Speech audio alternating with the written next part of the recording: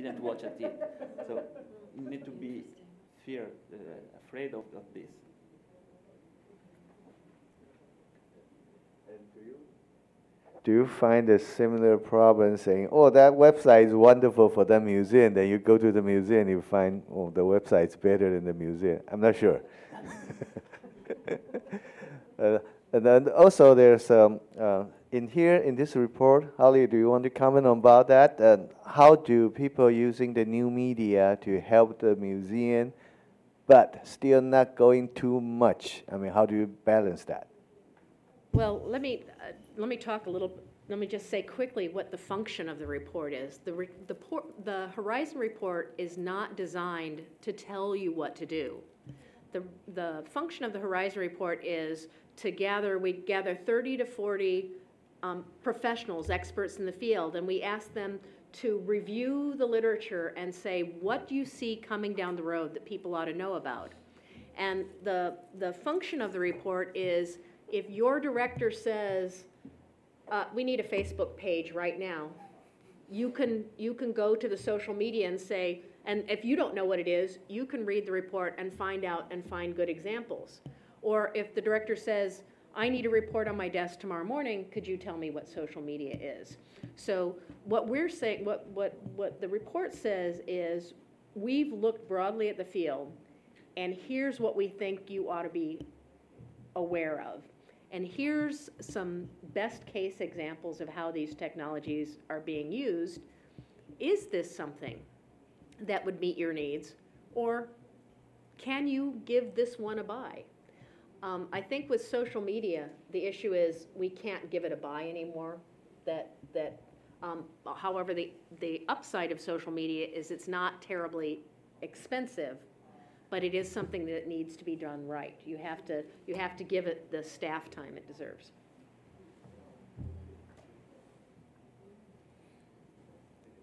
Dian-Yu, 你要不要 comment a little bit about how do you use your digital media in your museum? 我想因为我刚的，抱歉，我还是用中文来回答。我在我的一个报告里面。因为我在博物馆20年的过程里面，我想说，一个博物馆它的资源都非常的有限，非常的有限，它不可能去，就像刚 Holly 提的，我们不可能去满足所有各类的族群，甚至到每一个个人呐。那所以我想说，我们应该回归到一个博物馆它最重要的 mission， 跟它的特质是什么？比如说，我为什么一直在强调？国立自然科学博物馆这边是回归到教育这样一个本质，就是说，大家对它的 image 是科学教育嘛。我想以台湾的博物馆来讲，科学教育、自然科学博物馆、国立自然科学博物馆应该是最被重视、瞩目跟期待的。所以我们在 IT 跟媒体的选择，我们就以这种教育的应用为主，但是教育又不能是太严肃的哈。所以以现在的博物馆的功能，我们讲说它有3E 嘛，一个是 educational， 一个是entertainment， 一个是 enrich。所以我们在这个主轴下面来发展也是刚刚的那么多 application 里面，我们策略就是以这种教育兼具娱乐，还有让观众不管是在 online 跟 onsite 的这个 space 里面，他们能够获得这种很充实的。那当然，我们在这个发展的过程里面，比如说我们的策略，以我一个 IT 的这个的开发者来讲，我们过去很多的 application， 我们都是想说，博物馆最主要的使用者族群是儿童、亲子、家庭，另外还有老师、学生，占了60%-70%的观众。所以我们在数位媒体的这样科技的应用里面，我们也是以这些族群为主。但是其实我相信每一个博物馆它都也一直在像刚刚那个 Holly 在提的，一直在变化中，因为你可能随着某一个不同的人、不同的一个背景环境在改变，你就是必须去改变你的策略我举一个例子，是我们在1年前我们换了馆长，那我一直在强调说，我们过去很 focus 在亲子儿童还有老师学生这个族群。但是我们这个馆长他会觉得说，你不能一直 focus 在既有的这个族群，你应该开发新的族群。那所以我们必须去尝试的去改变说，原来馆长是这样的想法，所以我们可能会去开发说，银发族吗？那银发族对自然科学有兴趣吗？好，等等，这个都要去思考哈。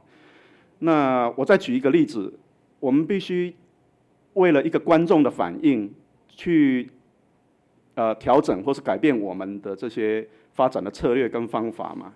比如说大概上个礼拜哈，我们有一个那个观众的咨询，他是从他提到一个问我们的科教组现场的服务人员说，啊，你们科博馆有没有用 APP 这样的下载这样的技术来做现场的导览？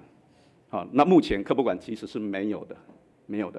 那但是其实我们在今年的暑假过后，我们的新的 project 刚刚报告过了，虚实整合这样的应用，我们是有利用 APP， 已经事先来开发这样的技术，因为 APP 就是一个 trend， 所以我刚刚强调的是说，一个在 push， 一个在 pull 之间，我们怎么样去架局？好，那我想，但是呢，我要做一个 ending 是说，我们可能不能冲得太快。我觉得我们还是要跟着脉动走哈，来前进。但是我们这个有2个很 key issue 的，一个部分是说，我们可能要多做一点 study。我们在台湾有一个很严重的问题是说，我们的会计年度，我们每一年我们在执行的时候，我们都被预算的这个执行被 push 的走，所以我们在1年里面我们要 planning， 我们要去 set up 这些系统，然后要推出来，要让它而且很成功。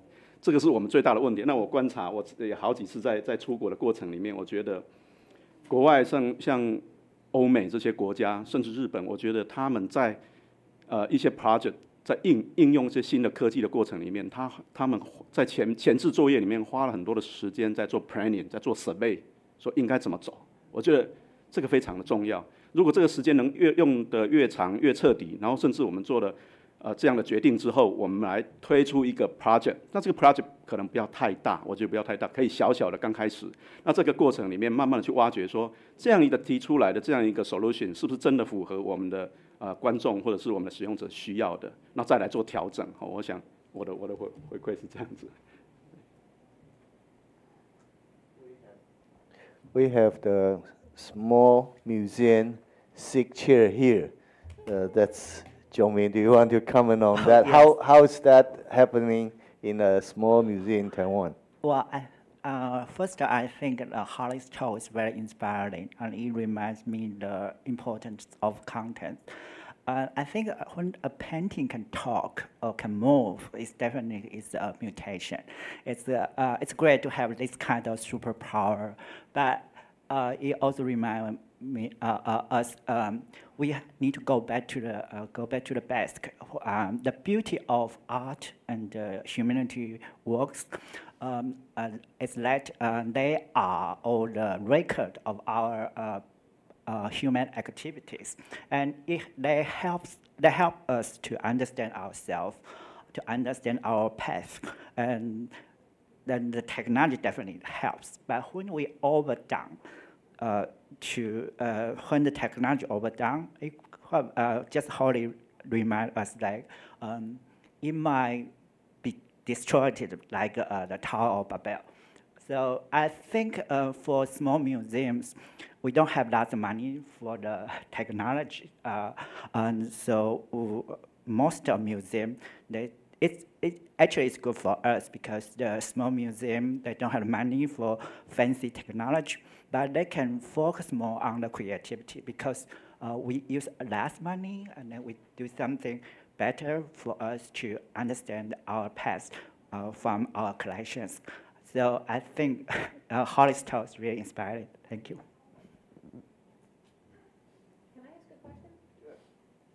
I'd just like to ask a question of the crowd. Diana and I went to the National Palace Museum on Wednesday, and we were having a discussion in the interactive gallery. And again, it's sometimes you say something and you realize you've said the wrong thing. And we were looking at scroll paintings. And Diana and I both come out of a community that encourages users annotating objects. And one of the things we love about scroll paintings is not just the painting itself, but all of the poems that are written in successive generations and the chops that tell you where it's been. And I said that it makes me kind of sad to see these paintings in museums because you can't add any more poems to them and you can't add any more chops. And wouldn't it be nice if you could do that virtually? And Dr. Lin looked a little bit shocked at that. I guess what I'd asked him originally was if the director of the museum wanted to take a painting to his office and add something to it, could he?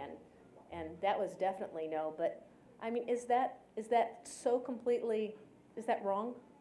That's answer.